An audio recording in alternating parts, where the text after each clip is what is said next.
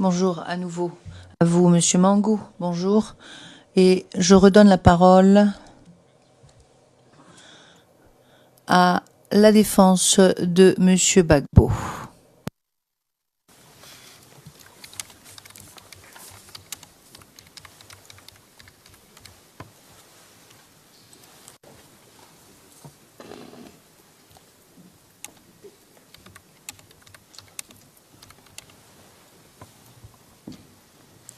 Monsieur le Président, Madame, Monsieur, j'en ai fini avec la substance de mes questions. Il nous reste une seule chose à faire, c'est de faire authentifier un certain nombre de documents par ce témoin.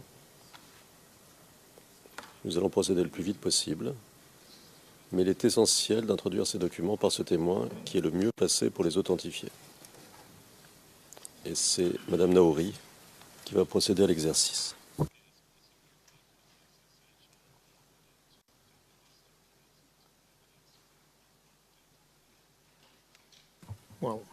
Le Président, écoutez,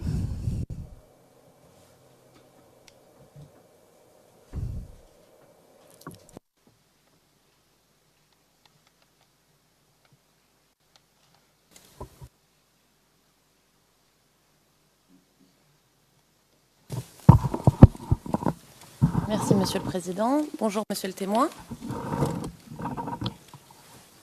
Bonjour, Maître. Alors, comme vous l'aurez compris, nous allons vous présenter un certain nombre de documents et on va les regarder ensemble.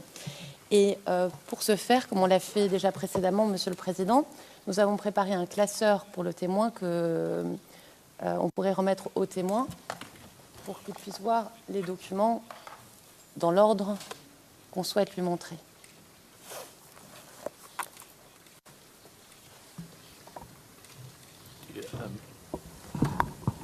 Monsieur MacDonald.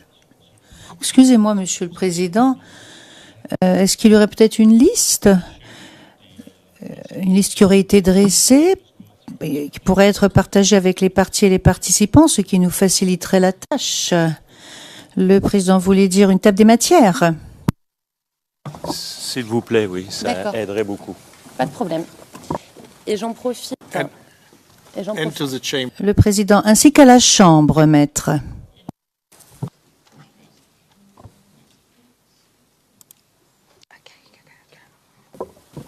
On vous l'envoie donc tout de suite. Le Président et à la représentation légale des victimes, bien sûr, également.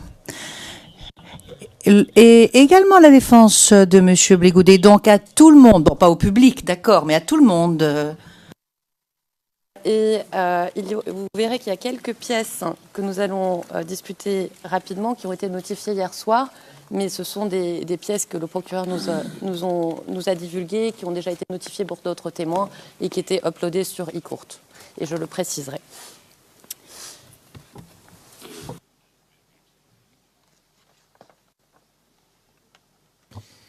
Le Président, étant donné que cet exercice ne va pas durer très très longtemps, j'indique à la défense de Monsieur Blégoudet qu'elle devra être prête à commencer son contre-interrogatoire.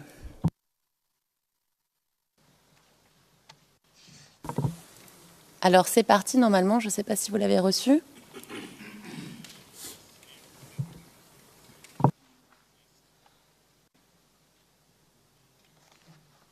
Alors on me dit dans l'oreillette que c'est en train de partir.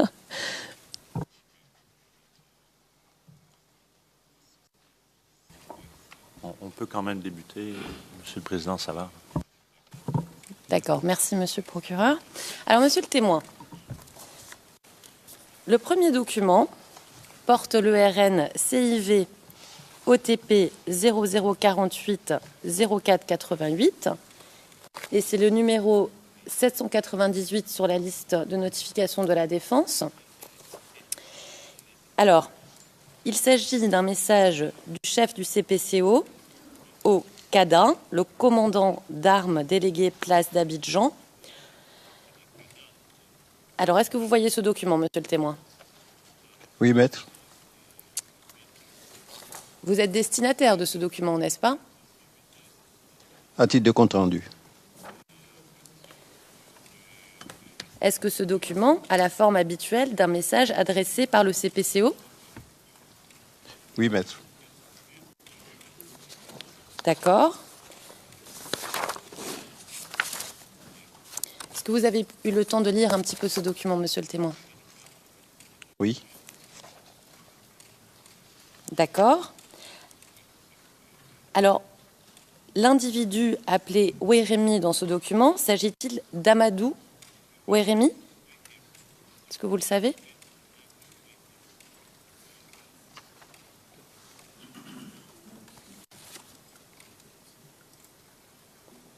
Alors, je vois seulement la première page, hein, je n'ai pas le nom où se trouve Amadou. Ah oui. Là, c'est le deuxième document. Alors, c'est le même document.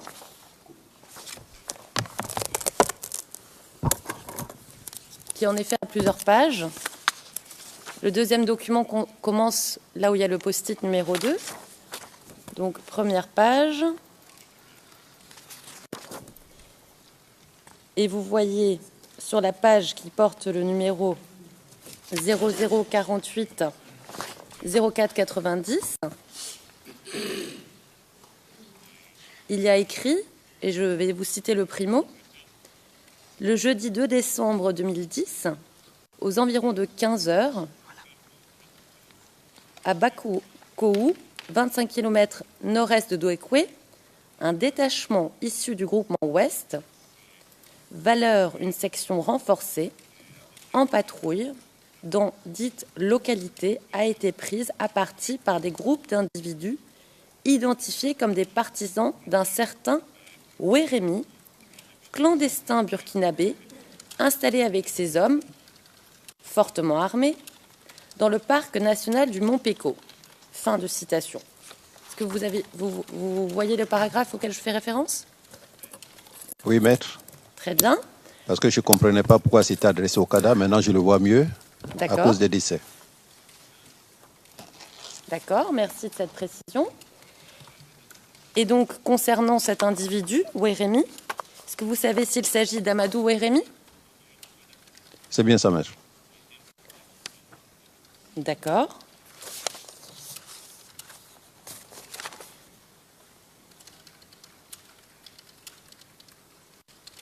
Et est-ce que vous savez si Amadou Oueremi et ses hommes ont combattu aux côtés des FRCI dans la prise de Douekoué? Je ne saurais vous le dire. Je savais qu'il était dans une forêt, avant même que les éléments des forces républicaines ne fassent leur offensive sur Abidjan. D'accord. Alors, on va regarder ensemble le deuxième document, si vous voulez bien, qui porte le numéro CIV OTP 0045 0271. C'est le numéro 788 de notre liste de notifications. Alors, il s'agit d'un message adressé par le chef du CPCO au commandant supérieur de la gendarmerie et au DGPN le 26 novembre 2010. Est-ce que vous voyez le document, monsieur le témoin? Je suis en train de prendre connaissance. Très bien.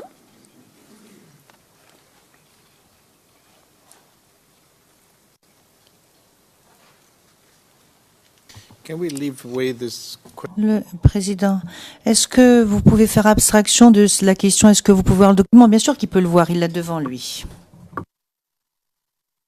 Témoin, vous êtes le destinataire de ce document, n'est-ce pas? À titre de compte rendu. Très bien.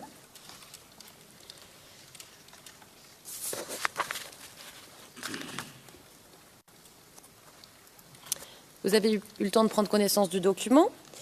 Il y est mentionné que le RDR a créé une milice dénommée la Brigade Bleue. Est-ce que vous savez quand le RDR a créé cette Brigade Bleue? Alors là, c'est mettre un bulletin de renseignement. Comme je vous le dis souvent, ces renseignements, ce sont soit les populations qui les donnent, soit des renseignements fournis par d'autres personnes. Donc, c'est pas vérifié. Voilà, c'est un bulletin de renseignement suite à une information donnée par quelqu'un. D'accord. Et les deux individus mentionnés dans ce document, Monsieur Yeo Fosier et Monsieur Chek, est-ce que vous savez s'ils ont finalement été arrêtés, s'il y a des enquêtes qui ont été menées à leur sujet? Non, à ma connaissance. Très bien. Alors, nous allons passer au document suivant, qui porte le numéro CIV-OTP-0071-0475. C'est le numéro 802 de notre liste de notification. Il s'agit d'un courrier adressé par le chef d'escadron Tchoumé Hervé, commandant en second, au premier bébé adressé au SEMA. Il date du 15 décembre 2010. Alors, monsieur le témoin, vous êtes destinataire de ce document, n'est-ce pas? Oui, je suis dans train de prendre connaissance.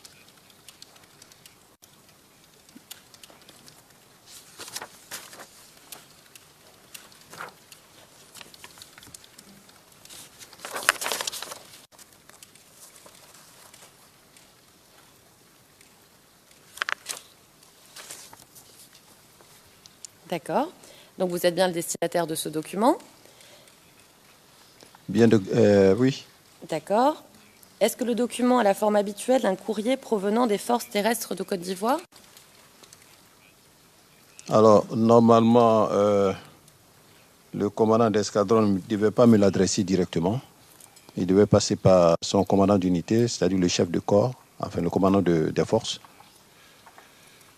Et je suis surpris qu'il ait été adressé directement au chef d'état-major. Certainement qu'il a adressé au CPCO. Sinon, ce document relate l'incident qui a été signalé ici concernant la mitrailleuse qui a été prise au carrefour Marie-Thérèse Houphouët-Boigny. Très bien. Merci, monsieur le témoin. Alors, nous allons passer au prochain document qui porte le numéro CIV-OTP 0071 0514. C'est le numéro 806 sur notre liste de notification. Alors, il s'agit d'un message du SEMA adressé au commandant supérieur de la gendarmerie le 15 décembre 2010. Je vous laisse regarder le document, monsieur le témoin. Oui, c'est bien moi qui ai fait ce message. D'accord. Et c'est bien votre signature sur le document? Oui, maître. Merci.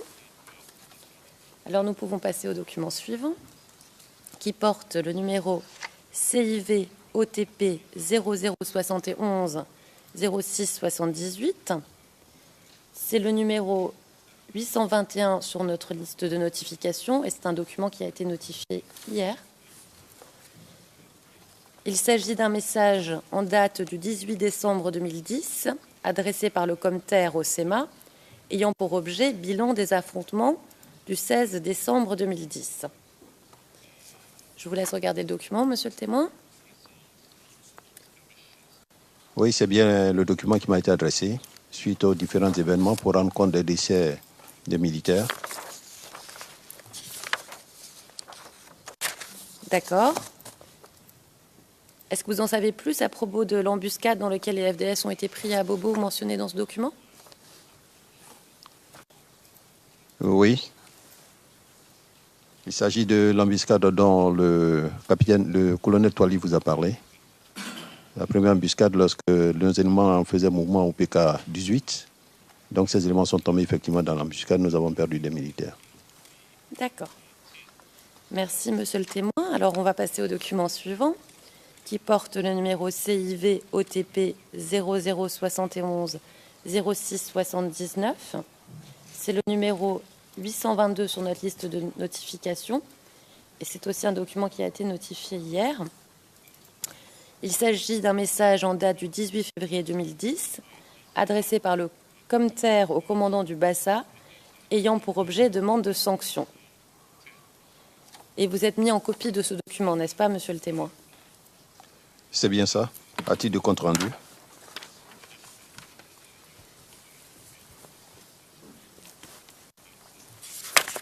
D'accord. Alors, nous pouvons passer au document suivant, qui porte le numéro CIV OTP 0045 07 32. C'est le numéro 772 sur notre liste de notification. Il s'agit d'un bulletin quotidien de la police portant sur la journée du 17 mars 2010. L'expéditeur de ce bulletin est le chef PC Opération.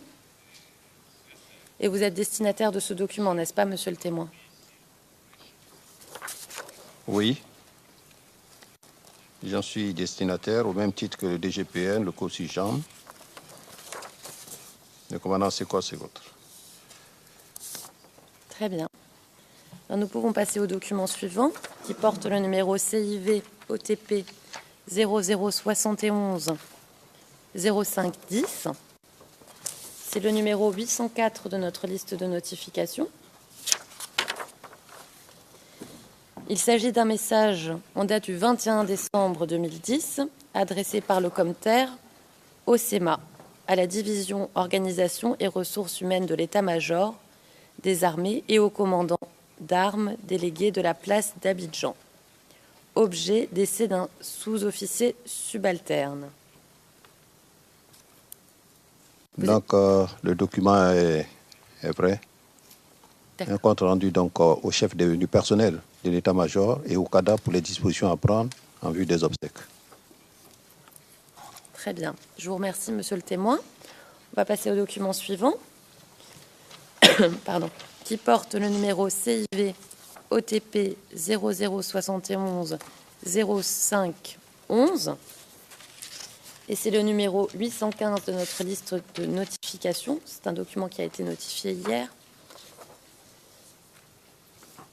Il s'agit d'un message en date du... Alors, que je ne me trompe pas. En date du 21 décembre 2010, adressé par le COMTER au CEMA à toutes les unités, objet d'essais de militaires. C'est bien ça, maître. Dans le même style que le précédent. D'accord. Et vous avez été destinataire de ce document? C'est bien ça. Merci. Alors, le document suivant porte le numéro CIV OTP 0071 07 25. C'est le numéro 823 de notre liste de notification. Il s'agit d'un message en date du 22 décembre 2010, adressé par le CEMA au ministre de la Défense, objet compte-rendu d'événements.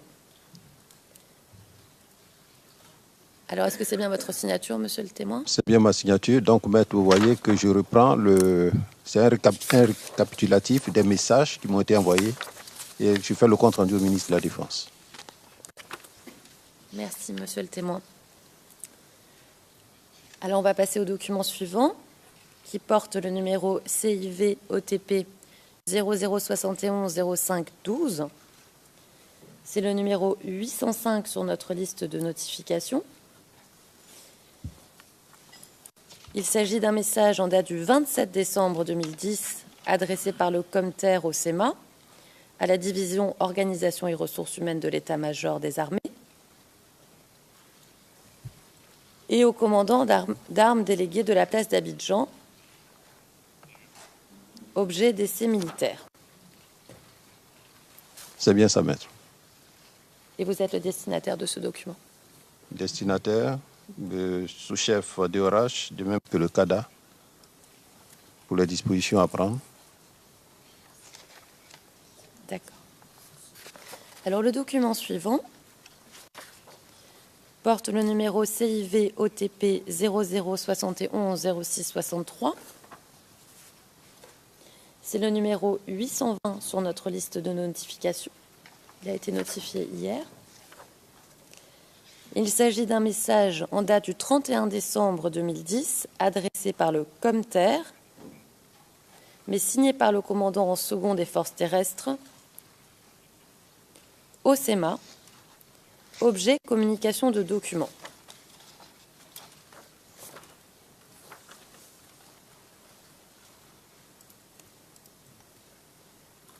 C'est bien ça, maître. Donc, il fait là un récapitulatif de tous les décès et de tous les blessés. Et vous en êtes le destinataire, n'est-ce pas? Oui, maître. Merci. Alors, le document suivant porte le numéro CIV-OTP 0048 11 84. C'est le numéro 801 sur notre liste de notifications. Il s'agit d'une note de l'état-major des armées en date du 3 janvier 2011, ayant pour objet message de fin d'année du SEMA, portant copie du message de fin d'année. Le Président, j'ai juste une question à vous poser. À propos du document précédent, les annexes, elles sont où les annexes? Est-ce que c'est le document dont vous demandez le versement au dossier ou vous voulez demander le versement au dossier du document et des annexes?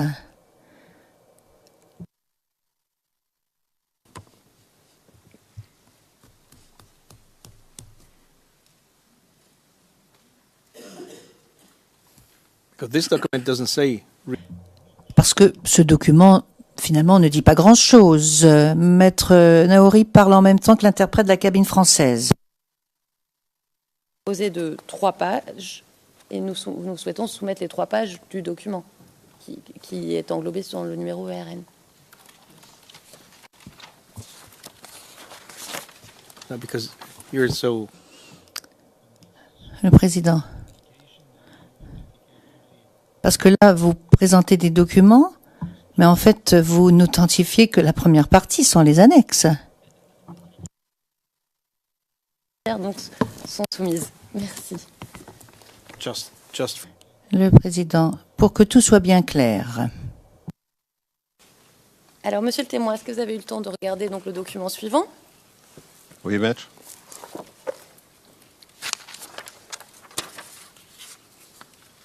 Vous êtes l'auteur de ce document, n'est-ce pas? C'est plutôt moi qui informe les unités. En fin d'année, habituellement, en fin d'année, le chef d'état-major adresse un message de fin d'année aux différentes unités. Mais compte tenu des activités sur le terrain, on a mis du temps à le faire. Donc, c'était pour le leur signifier. Mais le document qui suit, c'est le message que nous avons pu adresser à toutes les unités. D'accord. Alors, je voudrais revenir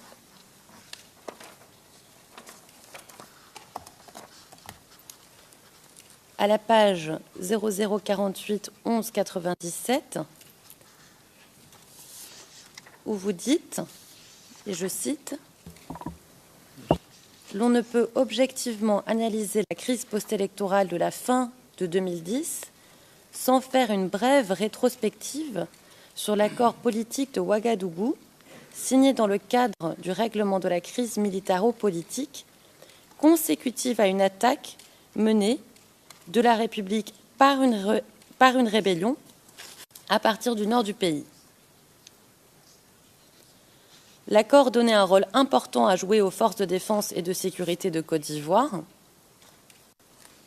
Pour rappel, cet accord est intervenu en 2007 entre les parties en présence, la République de Côte d'Ivoire et une rébellion armée. Dans le but d'engager le pays résolument sur la voie d'un règlement définitif de la crise, ces concertations et dialogues ont été menés par plusieurs acteurs, dont les forces de défense et de sécurité de Côte d'Ivoire, avec en face les forces armées des forces nouvelles et les forces impartiales comme facilitateurs. Il est alors révoltant de constater que la crise post-électorale actuelle est la résultante, entre autres, de la duplicité et de la mauvaise foi de nos interlocuteurs.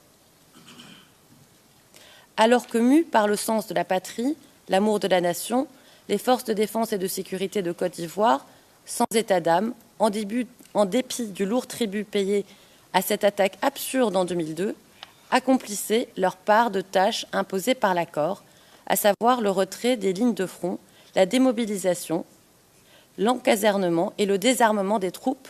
Les forces armées nouvelles, de ruse en mauvaise foi, ne se sont jamais exécutées. Fin de citation. Alors, la première question, est-ce que ces forces ont jamais désarmé? Jamais. D'accord.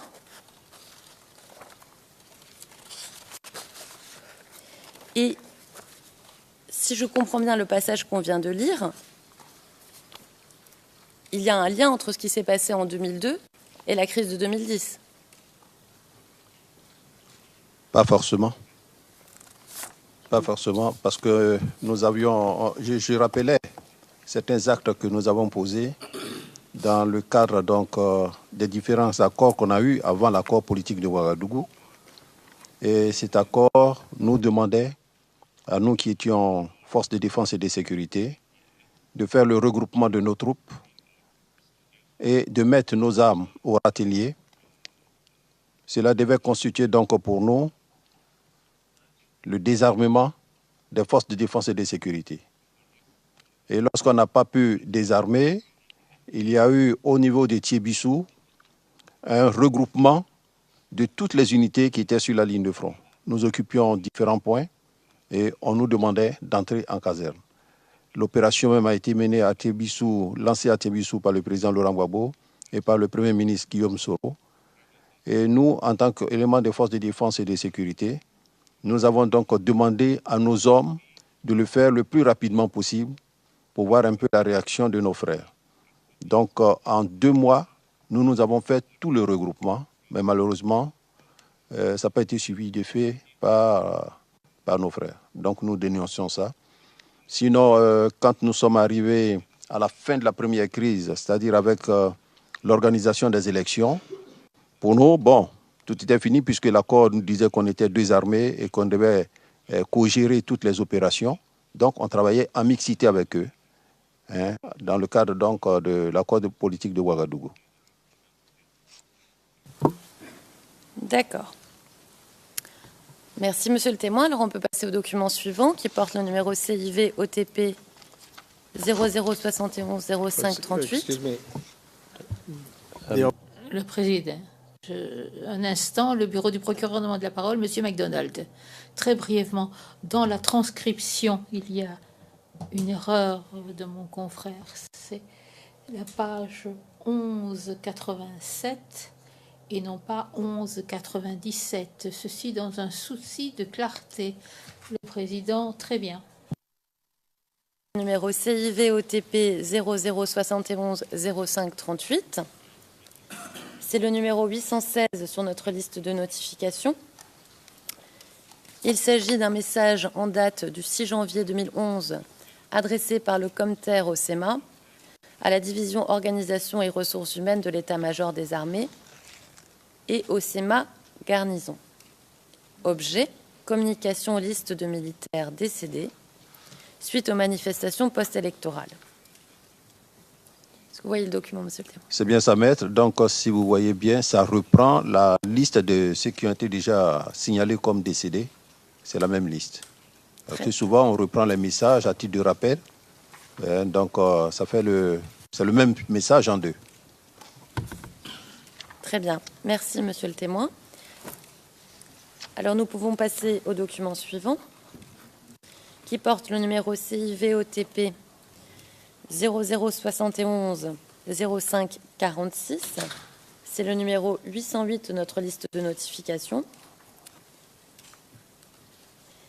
Il s'agit d'un message du COMTER au CEMA en date du 7 janvier 2010, ayant pour objet arrestation d'un MDR par la police.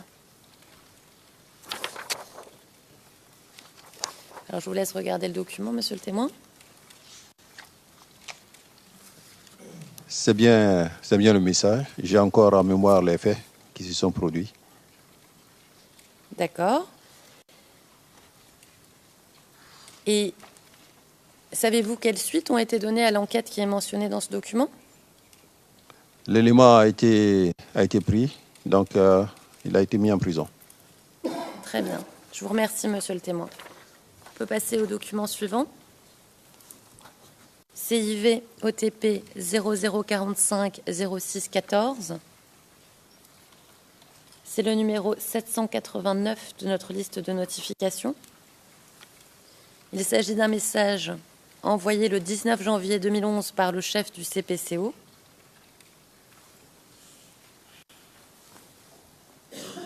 Oui. Vous êtes destinataire de ce document, n'est-ce pas, monsieur le témoin? À titre de compte rendu, donc c'est un message de renseignement au Com-Théâtre. D'accord. Alors, est-ce que vous disposez d'autres informations sur l'entraînement et la mobilisation des troupes rebelles dans le nord du pays, et notamment le recrutement de mercenaires des pays voisins mentionnés dans ce document? Non, c'est toujours un message de renseignement. Quand on reçoit, on préfère informer le chef afin qu'il puisse prendre toutes les dispositions à son niveau. Très bien. Alors, nous pouvons passer au document suivant. CIV OTP 0045 06 16. C'est le numéro 770 de notre liste de notifications. Il s'agit d'un message du CEMA adressé au ministre de la Défense le 19 janvier 2011. C'est bien vous qui avez signé ce document, monsieur le témoin? C'est bien moi.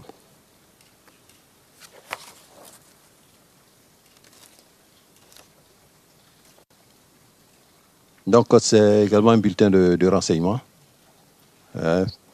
Parce que souvent, quand il y a des populations qui descendent de la zone CNO, il juge utile de nous donner certains renseignements que nous, on n'a pas la possibilité de vérifier, mais on envoie ça quand même à nos éléments sur le terrain pour des dispositions à prendre. D'accord. Et pourquoi vous n'avez pas la possibilité de vérifier? Non, parce que pendant la période de crise, la zone CNO, pour y aller, nous, on y allait seulement pour faire des réunions. Mais vous ne pouvez pas partir comme ça, tout comme eux, ils ne peuvent pas descendre comme ça dans notre zone. D'accord. Alors, on peut passer au document suivant. CIV OTP 0048 03 26, qui est le numéro 796 de notre liste de notifications.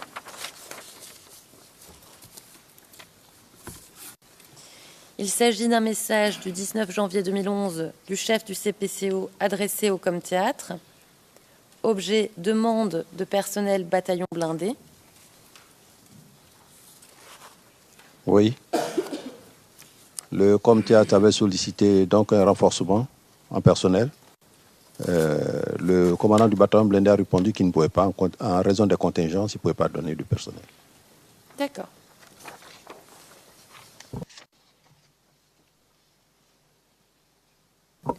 Quand vous dites en raison des contingences, c'est parce qu'il n'y avait pas les moyens, n'est-ce pas? Non, en fonction de toutes les activités sur le terrain, les hommes étaient pris. Donc, il n'y avait pas suffisamment d'hommes en réserve pour les remettre au Com-Théâtre. D'accord.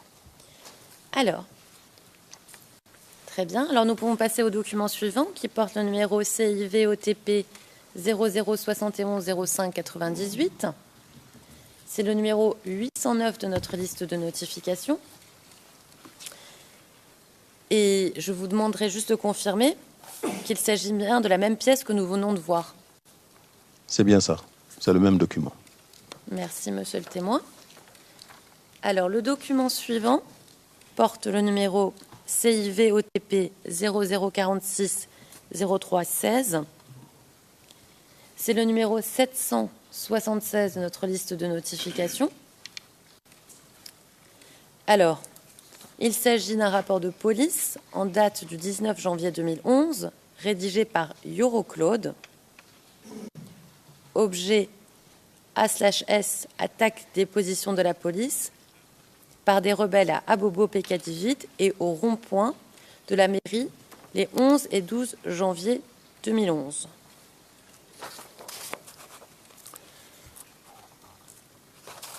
Alors, je vous laisse lire le rapport. C'est bien ça, maître. Il s'agit du compte-rendu fait par Euro, compte-rendu relatif donc à l'attaque subie par les éléments de la police dans la nuit du 11 au 12 janvier 2011 au rond-point d'Abobo.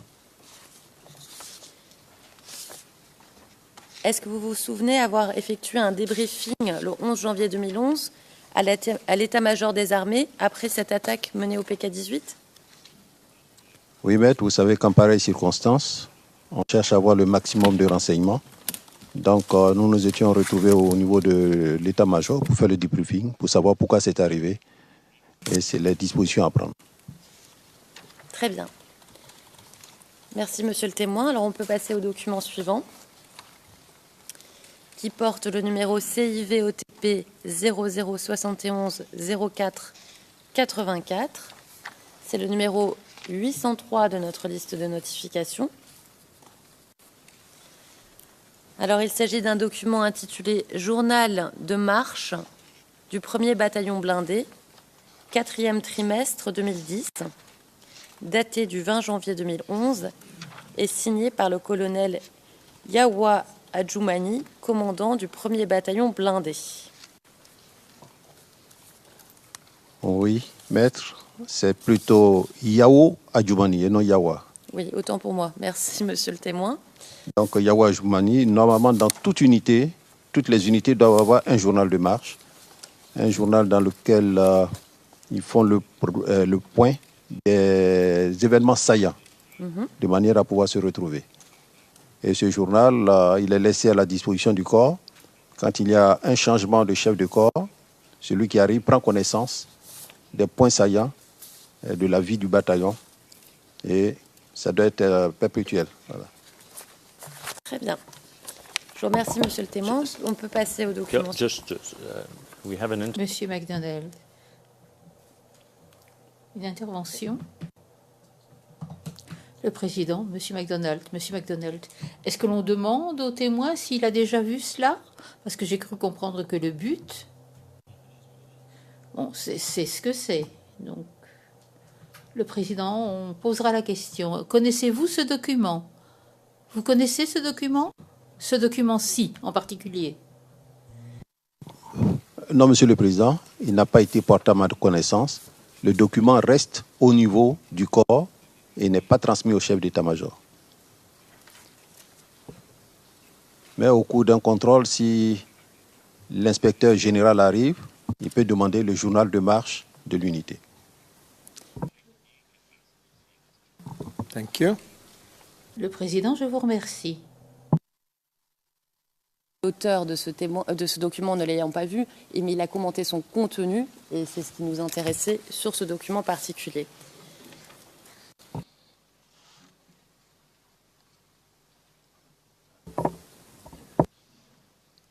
Alors, monsieur le témoin, on va passer au prochain document. Numéro CIV OTP 0071 04 89, c'est le numéro 814 de notre liste de notification. Il s'agit d'un document intitulé « Rapport établi par le commandant du 1er BB Ayo Adjoumani en date du 21 janvier 2011 ». Il porte sur le moral de la troupe du 1er bataillon blindé au titre de l'année 2011. Donc je précise que vous n'êtes ni l'auteur ni le destinataire de ce document, mais je vous demande d'en prendre connaissance et de nous le commenter. Alors, le rapport sur le moral, c'est le rapport que fait tout commandant d'unité en fin d'année. C'est en gros le rapport des activités de l'unité. Donc, il dit généralement ce qu'il a fait pendant la fin de l'année. Et il y a une rubrique où il mentionne les difficultés matérielles en ce qui concerne les soldats, en ce qui concerne les véhicules. Et là-dessus, il fait des propositions. Il fait des propositions au commandement. Ce rapport, normalement, doit être transmis au commandant des forces, au général d'Étau, qui lui prend le rapport de tous les commandants du bataillon, en fait la synthèse et transmet son rapport au chef d'état-major, lequel récupère tous les rapports des commandants de force, en fait la synthèse et rend compte au ministre de la Défense. D'accord. C'est très clair. Merci, monsieur le témoin. Alors, le prochain document porte le numéro CIV OTP 0071 05 96. C'est le numéro 785 de notre liste de notification. Il s'agit d'un message envoyé le 27 janvier 2011 par le SEMA.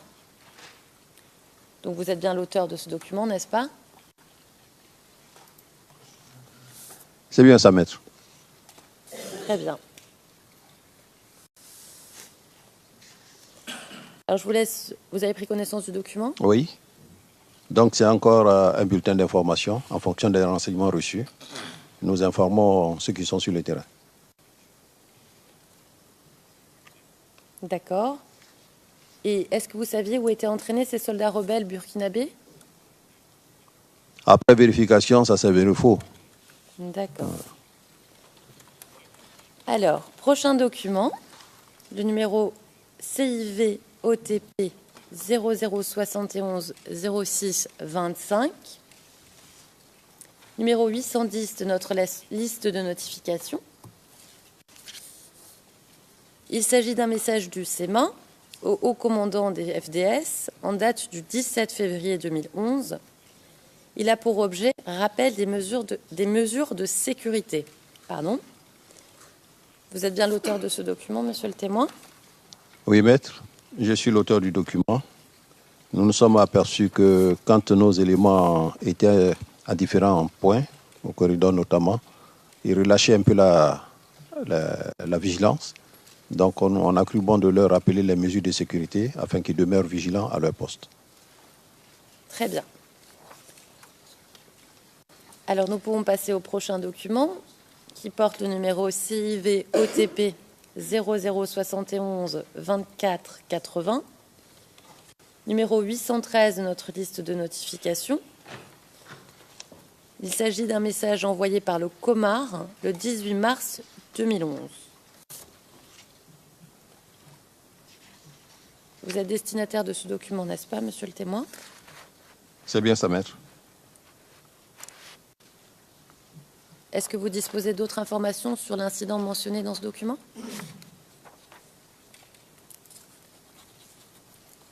Il me rend compte de marins décédés. Donc c'est le coma qui me fait le compte rendu du décès de marins. D'accord. Alors, le prochain document porte le numéro CIV OTP 0071 05 36, numéro 807 de notre liste de notification. Il s'agit d'un message envoyé par le SEMA le 22 mars 2011.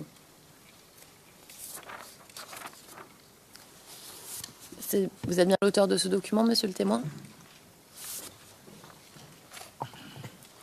Oui.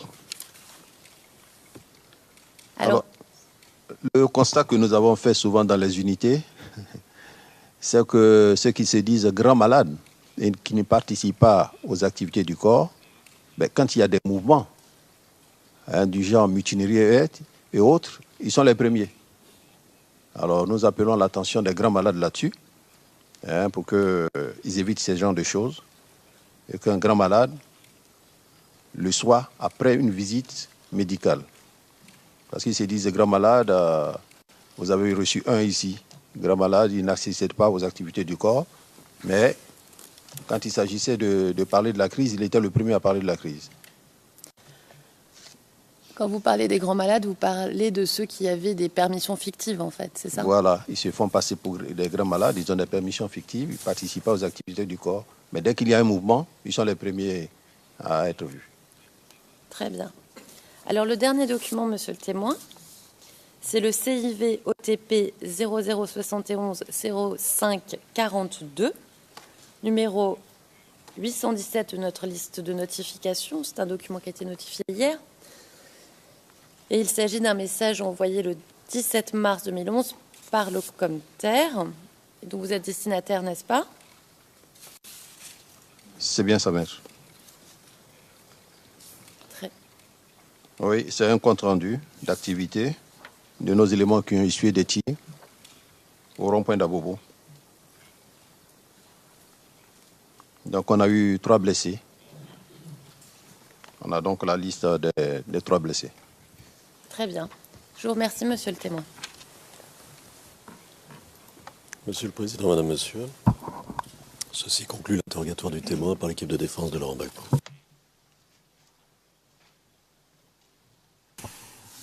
Thank you very much. Le Président, je vous remercie. La défense de M. Blégoudet, Maître Knops. Maître Knops, bonjour, Monsieur le Président. L'interrogatoire par notre équipe sera menée d'abord par ma personne. Et puis, après mon interrogatoire, Maître Ndri posera plusieurs questions aux témoins. Après cela, Madame Hadji, nous souhaitons terminer normalement dans 3-4 sessions maximum. Le président, c'est-à-dire demain. Maître Knops, demain matin. Le président, très bien. Vous avez la parole.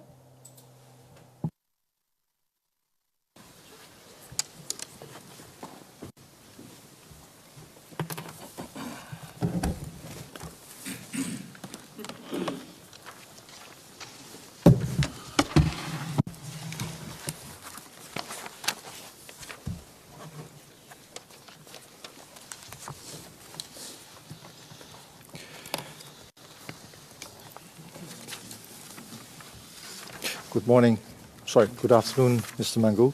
Bonjour, Monsieur Mangou. Je m'appelle Sean Alexander Knops. Je suis avocat du Royaume des Pays-Bas et je suis le conseil de Monsieur Charles Blégoudet.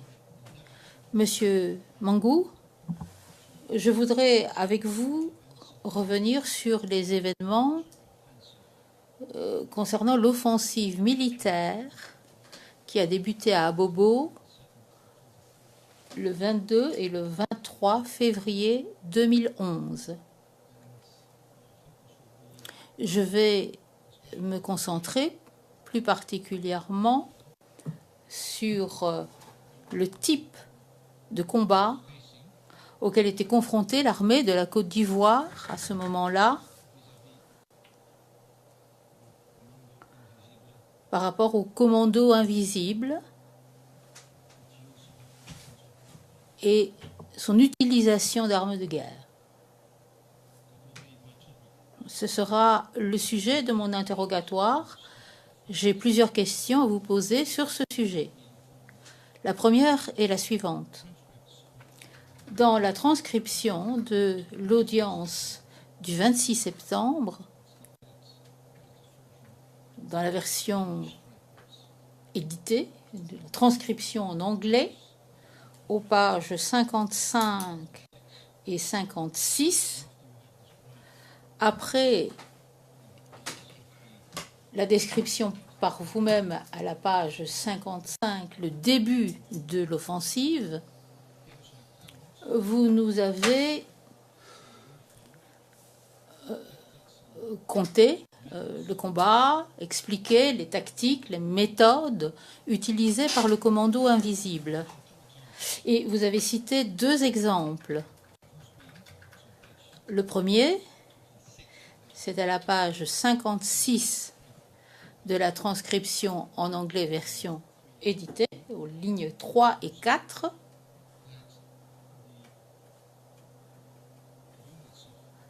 D'abord, que les unités du commando invisible avaient virtuellement pris en otage la population.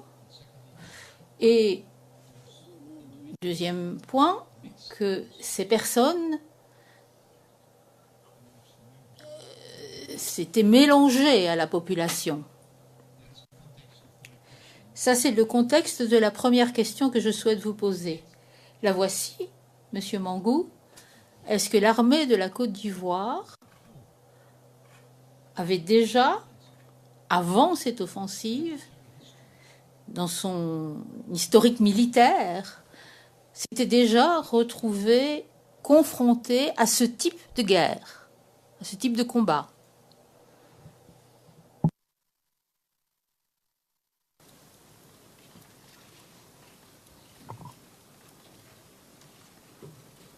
Bonjour, maître. Bonjour. Merci. En effet, maître, vous avez parfaitement résumé les difficultés que nous avons rencontrées dans l'offensive du 23. Je ne reviendrai pas dessus. Mais il faut dire que véritablement, c'était la première fois depuis la crise que nous affrontions cette situation. Il faut noter qu'il y a eu des combats dans les localités dans la première crise, mais quand nous y arrivions, elle était déjà déserte. Donc la population n'était pas en place, soit elle avait fui, elle s'était réfugiée en brousse et on se retrouvait dans des localités entièrement désertes. Or là, la difficulté, c'est que la population était en place. Et l'ennemi qui nous combattait avait pris la population en otage. Mais qu'en plus, cet ennemi usait de perfidie. L'ennemi n'était pas en tenue caractéristique, pour bien temps, de le distinguer par rapport à la population. Donc il nous a été très difficile de traiter cet ennemi, de peur que nous ne fassions des tirs collatéraux qui soient préjudiciables à la population. Et vous avez raison de le souligner, maître, c'est le combat le plus difficile pour les armées, le combat de localité. C'est vraiment le combat le plus difficile. Sinon, les autres combats, on le fait aisément. Mais quand vous avez la population en place, c'est véritablement difficile de mener le combat.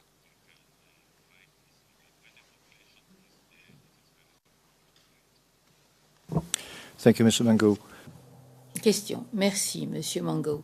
Donc, vous ne vous souvenez pas d'opérations similaires, de combats similaires menés par l'armée de la Côte d'Ivoire avant le début de cette offensive-là?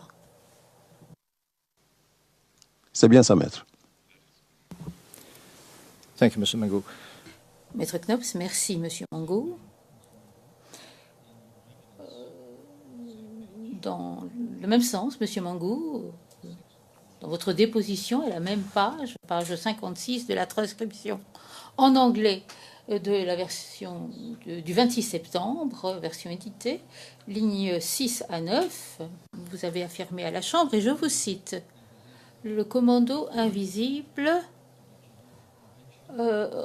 se comportait contrairement à la Convention de Genève, parce qu'ils portaient des vêtements civils.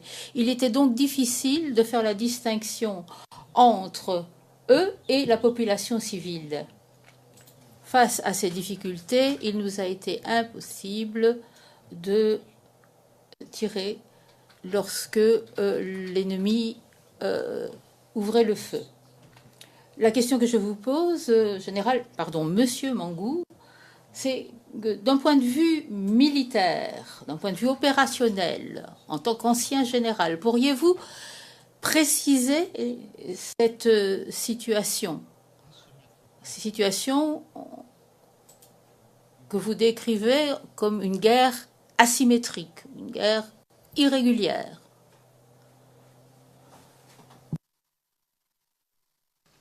Merci, maître.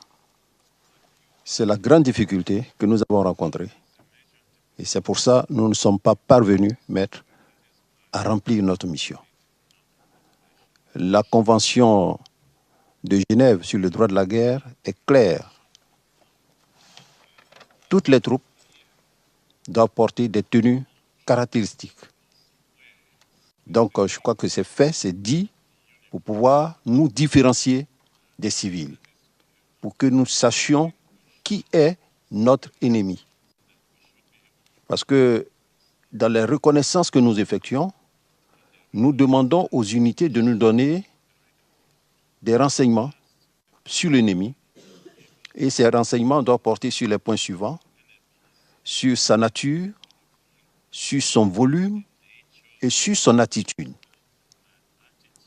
Dès l'instant où vous ne pouvez pas définir la nature de l'ennemi, puisque confondu à la population, vous n'avez pas le bon renseignement. Le volume, vous ne pouvez pas l'avoir, parce que les éléments qui sont là, qui ont les armes cachées et la population, forment un ensemble. Donc il vous sera pratiquement impossible de déterminer l'effectif afin de renseigner votre chef. L'attitude, comment il se comporte, comment il bouge. Vous voyez tout le monde qui bouge, c'est difficile à faire. Donc on n'a pas de lisibilité sur le terrain pour pouvoir traiter l'ennemi. Et quand c'est comme ça, c'est vraiment difficile. C'est pour ça que j'ai donné l'exemple de troupes françaises, ici en Côte d'Ivoire, Et puis, un peu ce qui se fait dans les pays que j'avais cités. Il faut chercher à soustraire la population. Soustraire la population de manière à voir qui est en face. Tant que vous ne le faites pas, qu'ils sont mélangés, on ne peut pas les traiter. Et nous, notre mission, c'est de défendre la population, ce n'est pas de tuer la population. C'est de défendre la population, ce n'est pas de tuer la population. Parce que les armes que nous utilisons sont des armes de destruction massive. Donc, quand on n'a pas le bon renseignement, on ne peut pas utiliser, nous ne pouvons pas utiliser nos armes.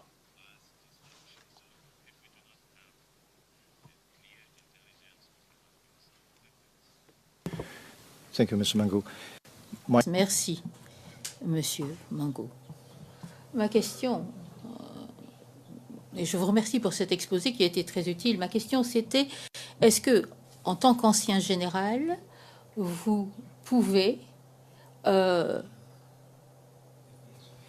vous êtes d'accord avec cette caractérisation du type de combat auquel le FDS était confronté comme étant une guerre asymétrique du 22 au 23 février?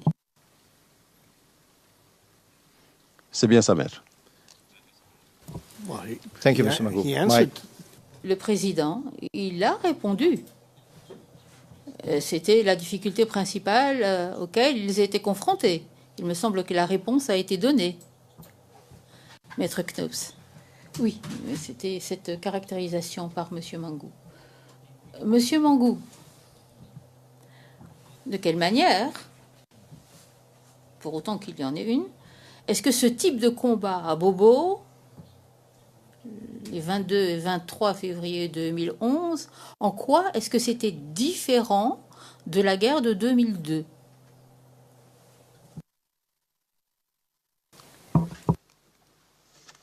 Alors, la guerre de 2002, on avait l'ennemi qui était positionné au nord, nous étions au sud. Et ce que nous cherchions à faire, c'est de récupérer la position de l'élément ennemi. Donc, il y a déjà un mouvement que nous effectuons sur les axes. Et comme l'ennemi défend sa position, elle n'est pas restée en ville. Elle est sortie parce que pour mieux défendre un point, il faut quitter le point, se positionner 200 à 300 mètres afin que, quand il y a une poussée, les gens ne s'emparent pas du point. Donc, déjà, l'ennemi se soustrait de la population civile. Quand on prend l'exemple de Boaké, l'ennemi viendra, par exemple, attendre, j'allais dire, au corridor de Boaké et généralement dans les bois de teck, de manière à faire une embuscade pour que nous tombions dedans. En ce moment, la population n'est pas là, nous pouvons efficacement combattre la population. Et pardon, nous pouvons effectivement combattre l'ennemi. Et puis, c'est dû aussi au fait que quand nous arrivons dans des localités, comme les gens savaient qu'il y avait la guerre, dès l'instant où les gens arrivent, ils vont en brousse. Donc, la localité est déserte, il n'y a plus personne. Et nous pouvons, entre nous, militaires, nous battre pour récupérer cette localité.